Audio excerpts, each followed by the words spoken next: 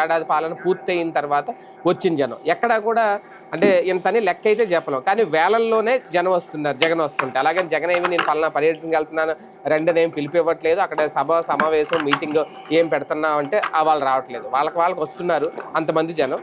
ఇది అంటే ఈ జనాన్ని చూసి తెలుగుదేశం పార్టీకో లేదంటే కూటమికి ఒక భయం ఏమన్నా మొదలవుతుందా? ఇప్పుడు ఆ జనాన్ని అంటే జనంలో వచ్చిన ఒక విప్లవాత్మక మార్పు వస్తుందన్నాలా నిన్న జగన్మోహన్ రెడ్డి గారు అన్నట్టు, ప్రజల్లో ఏమన్నా మార్పు వస్తుందా? అది కూటమి ప్రభుత్వం ఫెయిల్యూర్ ఖాతాలో వేయాలా లేదంటే జగన్ సక్సెస్ ఖాతాలో వేయాలా? నాకు తెలిసి వీళ్ళందరూ మామూలుగా పార్టీ అభిమానులు జగన్ అభిమానులు కాని వాళ్ళని నేను అనుకోవట్లా. సాధారణ ప్రజలు ఎగబడి వచ్చేస్తున్నారని నేను అనుకోవట్లేదు ఈ విషయంలో. వైఎస్ఆర్ కాంగ్రెస్ పార్టీ అభిమానులే జగన్ అభిమానులే వస్తున్నారు అనుకుంటున్నాను. కాకపోతే వీళ్ళు ఎలక్షన్స్ ముందు వరకు కొంత అవాయిడ్ చేశారు వీళ్ళు పార్టీ. అలాంటి వాళ్ళందరినీ ఇవాళ జగన్ వెంట వచ్చేలా చేసింది తెలుగుదేశం. అలాంటి వాళ్ళందరినీ వచ్చేలా చేశారు వీళ్ళు.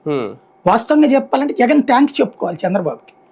నువ్వు ఎప్పుడైతే ప్రతి ఊర్లో ప్రతి సందులో వైఎస్ఆర్ కాంగ్రెస్ పార్టీ అభిమాని అని తెలిస్తే దొంగ కేసులు పెట్టి తప్పుడు కేసులు పెట్టి అడ్డదిడ్డమైనటువంటి వార్తలు రాసి వాళ్ళందరినీ దొంగలుగా చూపెడుతున్నారో, ఎంతగా అయితే హింసిస్తున్నారో ఆటోమేటిక్గా వాళ్ళల్లో వచ్చే పౌరుషం ఉంటుంది కదా, ఖచ్చితంగా మనం జగన్ వెంట ఉండాలి, లేకపోతే వీళ్ళు మనల్ని